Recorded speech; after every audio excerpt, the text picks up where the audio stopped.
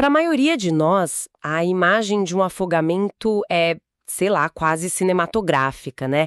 Uma luta desesperada na água e depois silêncio. Exato. A gente tende a pensar que morrer num rio calmo ou no meio de uma tempestade no oceano é só uma questão de cenário.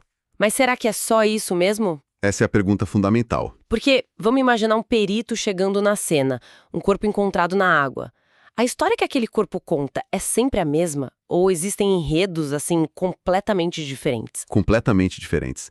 E a ideia hoje é justamente mergulhar de cabeça nesse tema usando o que a medicina legal nos ensina. Ótimo. Vamos quebrar os mitos, entender o que realmente acontece no corpo durante um afogamento e, principalmente, seguir as pistas que um perito busca para desvendar essa história.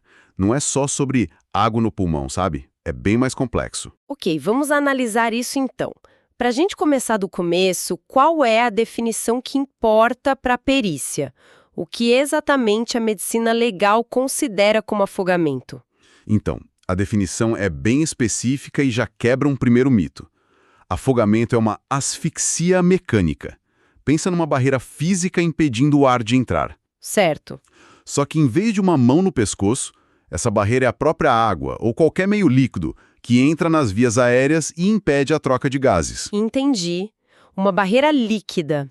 E isso me leva a uma dúvida. A pessoa precisa estar com o corpo todo debaixo d'água, como a gente imagina? Não. E esse é um ponto crucial. O termo técnico correto nem é submersão. Para o afogamento acontecer, basta que os orifícios respiratórios, a boca e o nariz, estejam em contato com o líquido. Sério? Sim. Já tivemos casos periciais de indivíduos encontrados afogados numa poça d'água, por exemplo. A imersão total do corpo não é necessária. Nossa, isso já muda bastante a perspectiva. E sei que na perícia os termos são muito importantes. Existem outras palavras que parecem sinônimos, mas que contam histórias diferentes.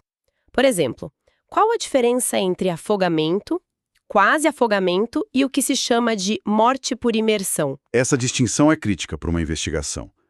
Morte por imersão é quando a pessoa morre na água, mas por outra causa. Como assim? Imagina alguém que sofre um infarto fulminante enquanto está nadando, ou até é vítima de um tiro e cai num rio. O corpo está imerso, mas a causa da morte não foi a asfixia pela água. Ah, entendi. Então a principal diferença é a causa da morte, não o fato de a pessoa estar na água.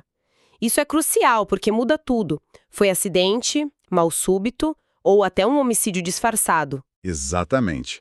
Já o quase afogamento é o termo usado quando a vítima é resgatada e sobrevive por mais de 24 horas. Ah, sim. Mas atenção, sobreviver não significa sair ileso.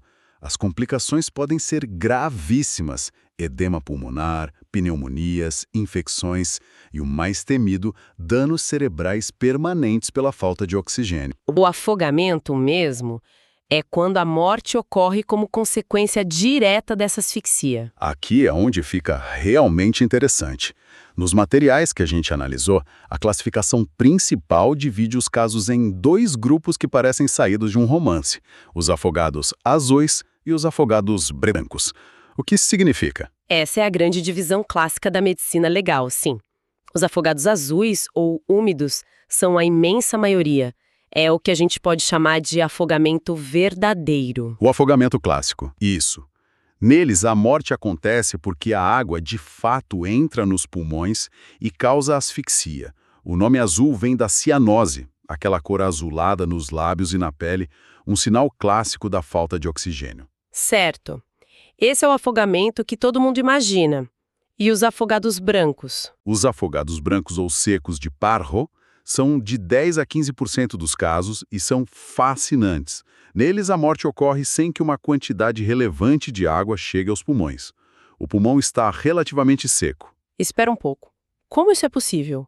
Se afogar sem água no pulmão? Exato.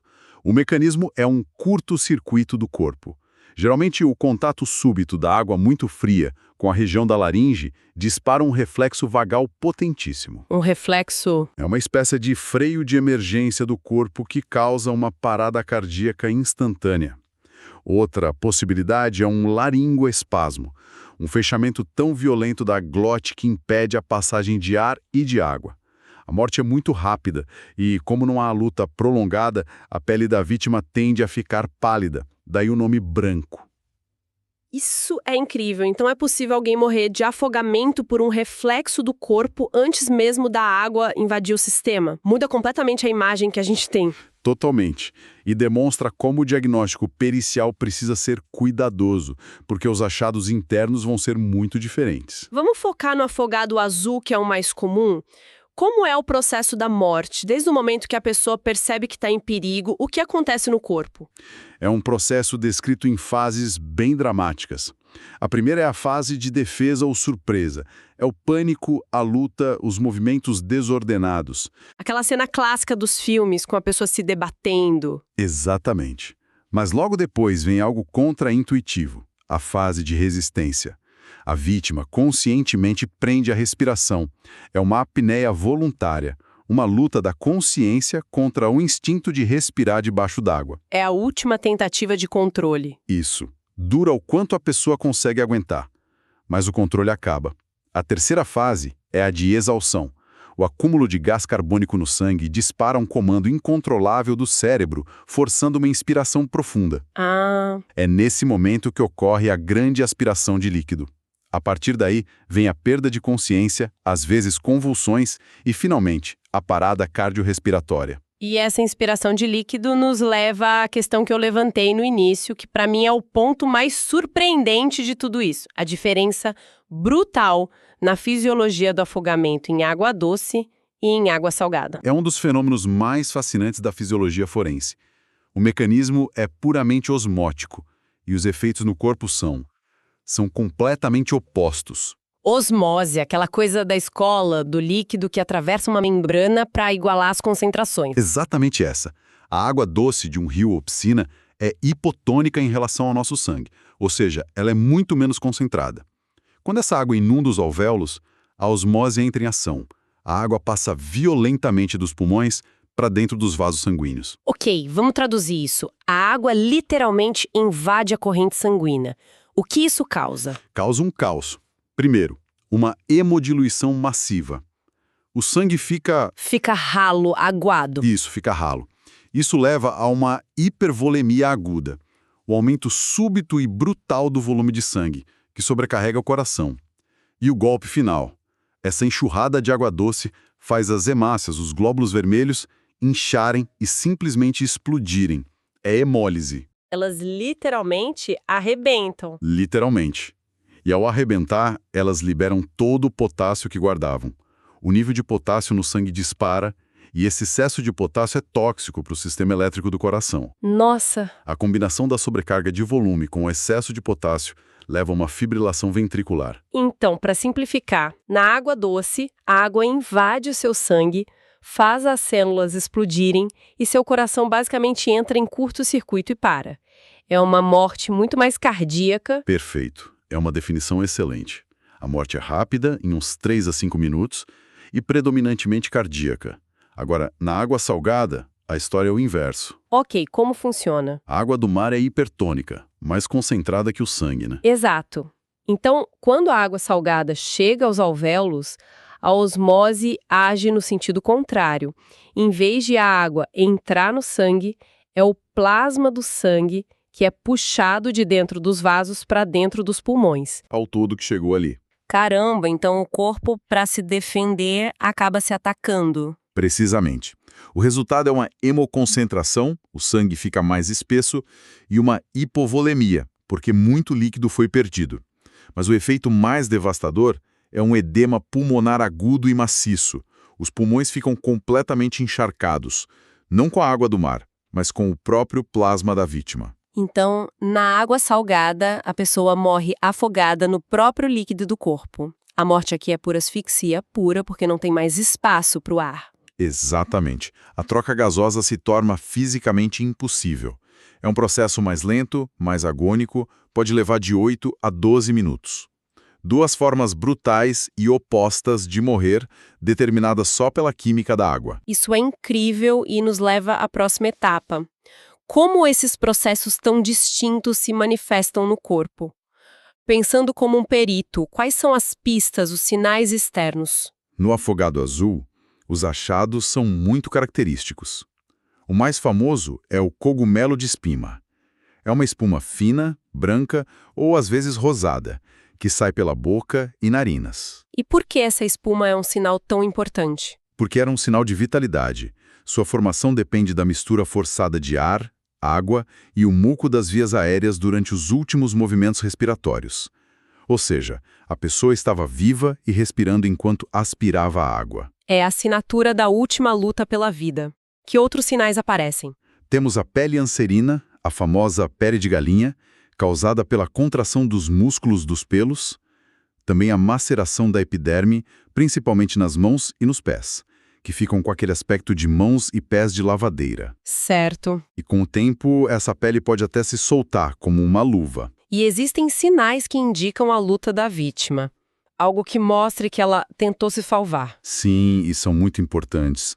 Erosões nas pontas dos dedos, unhas quebradas, ou a presença de areia, lodo, vegetação sob as unhas. Tudo isso indica que a vítima tentou se agarrar a algo. Isso ajuda a confirmar que foi um acidente, por exemplo. Exato. Ajuda a diferenciar de um caso em que a pessoa foi jogada na água já desacordada. Ok. O exterior do corpo conta parte da história. Mas imagino que a confirmação final só vem na autópsia. Com certeza. Internamente, os achados são marcantes. Os pulmões estão enormes, muito aumentados de volume e peso.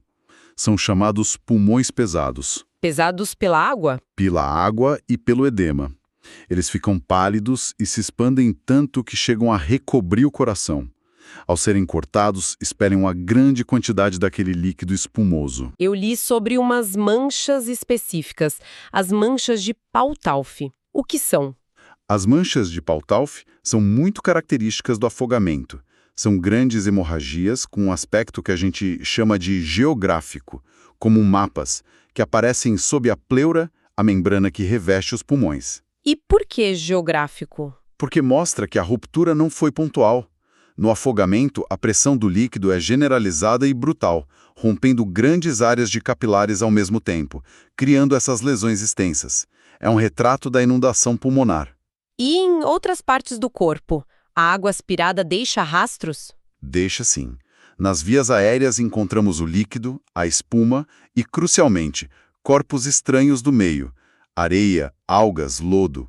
Encontrar isso lá dentro prova que houve aspiração em vida. No estômago também é comum encontrar o líquido que foi engolido na fase de pânico. Certo, isso monta um quadro bem claro. Mas e num cenário mais complicado? Um corpo encontrado num rio, mas já em decomposição, muitos desses sinais já desapareceram. Existe um plano B? Uma prova de fogo para confirmar o afogamento? Existe, e é uma das técnicas mais, elegantes da medicina legal. A prova da diatomácea. Diatomáceas. O que são? São microalgas, organismos unicelulares que possuem um esqueleto externo de sílica. Basicamente uma carapaça de vidro. Elas são invisíveis a olho nu, mas existem em quantidades enormes em qualquer corpo d'água do planeta. Uma assinatura microscópica do local. Como isso ajuda? O fundamento é genial.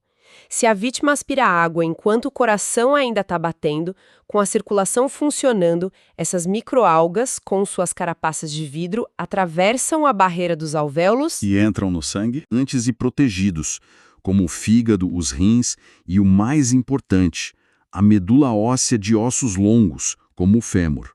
Então, se o perito encontra essas algas específicas na medula óssea de um corpo decomposto, é a prova definitiva de que a pessoa estava viva e respirando a água daquele lugar. É uma prova de altíssimo valor pericial. É a conexão direta entre a vítima, ainda viva, e o meio líquido. É quase poético, né? As microalgas do local da morte viajam pelo sangue e se tornam uma assinatura silenciosa na parte mais interna do esqueleto da vítima. E como isso funciona na prática? O perito precisa coletar uma amostra da água também? Sim, é essencial. O método correto envolve coletar a medula óssea de forma estéril e, em paralelo, coletar amostras de água do local. No laboratório, o perito compara as espécies e a quantidade de diatomáceas encontradas na medula com as da água. Entendi. Se houver compatibilidade, o diagnóstico de afogamento se fortalece imensamente. Mas você disse que fortalece, então não é uma prova 100% infalível. Um advogado poderia questionar esse resultado. Com certeza. O teste tem limitações. A ausência de diatomáceas não excluiu o afogamento, especialmente nos afogados brancos, onde não houve aspiração, né? Certo. E a presença de poucas diatomáceas pode, teoricamente, ser por contaminação.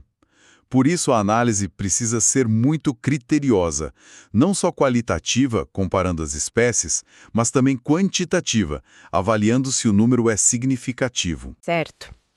Então vamos juntar as peças. Recapitulando, temos a distinção fundamental entre os afogados azuis, que morrem por asfixia, e os brancos por um reflexo cardíaco.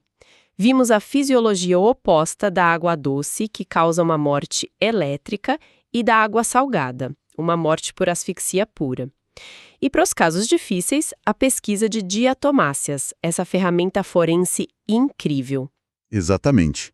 O diagnóstico de afogamento é um quebra-cabeça. E isso nos leva a um pensamento final. A investigação pericial nesses casos não é só sobre encontrar água nos pulmões. É sobre reconstruir uma dinâmica de morte a partir de pistas fisiológicas sutis. Sim. A gente falou muito sobre as pistas que existem hoje, mas a ciência não para. A questão que fica no ar é: que novos marcadores, talvez bioquímicos ou moleculares, poderão no futuro transformar a incerteza de um diagnóstico difícil na certeza de que a justiça precisa para contar a história final daquela vítima?